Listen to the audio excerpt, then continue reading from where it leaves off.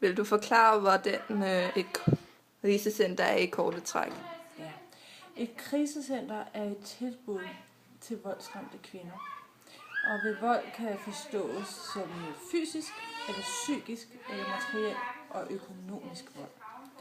Fysisk vold, det siges jo i sig selv, at det er jo når man bliver slået, sådan rent fysisk, psykisk.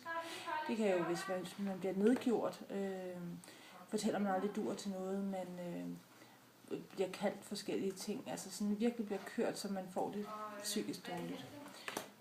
Materiel vold, det er, når man får ødelagt sine ting, sin telefon og sin computer og sin personlige ejendel. Og økonomisk vold, det er jo så, hvis man bliver styret. Hvis man ligesom er inden for en af de kategorier, så kan man komme på krisecenter.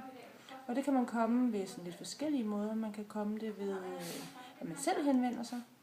Man kan slå det op på nettet. Man kan henvende sig til forskellige rådgivninger, som Landsorganisationen for Kvindekrisecenter. Man kan gennem politiet komme på krisecenter. Og man kan eventuelt igennem kommunen også søge hjælp, og så kan de henvise til krisecenter. Man er typisk på et krisecenter mellem, det svinger lidt, men nu siger vi 3 måneder et år. Og det er, at man er den simple årsag, at man skal jo først så skal man falde til og finde ud af, om det er det, man skal, for det er et stort skridt at tage hjemmefra og miste alle sine ting. Man kan ikke have ret meget med på et krisecenter. Man bor typisk på et lille værelse, som i vores tilfælde er et soveværelse, hvor man, som ordet siger, mest skal opholde sig, når man skal sove, eller man lige har mulighed for at trække sig tilbage og være lidt privat. Ellers så bor man her, som hvis det var sådan et bofællessted.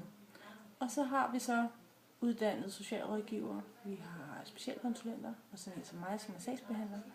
Og så har vi en psykoterapeut her på stedet. Nogle steder har man også psykologer og forskellige ting, som kan hjælpe med alt fra volden, det vil sige politianmeldelser, skadestue, man kan hjælpe med børnene, det kan være forældremyndighedssager, tage med i statsforvaltning. Man kan hjælpe med skilsmisser, for at udfylde de rigtige blanketter og få sendt afsted. Man får tilbudt samtaler, sådan at nogen forstår ikke deres eget reaktionsmønster, når hvorfor er det, man har fundet sådan en mand, som eventuelt yder vold mod en. Og det kan man så få hjælp til at finde ud af. Det kan være helt tilbage fra ens opvækst, fra man er barn af. Det kan være, man bare har været uheldig at rende ind i en forkert mand, men så kan man sådan få belyst nogle af de her ting. Udover det, så kan et krisecenter også være behjælpelige, hvis man har lidt rod med økonomien, eller sådan så, at det ikke kun er volden, man hjælper med. Så når man kommer ud herfra, så har man ligesom et større overblik over sit liv. Det var vist det korteste træk med en krisecenter. Mange tak. Velbekomme.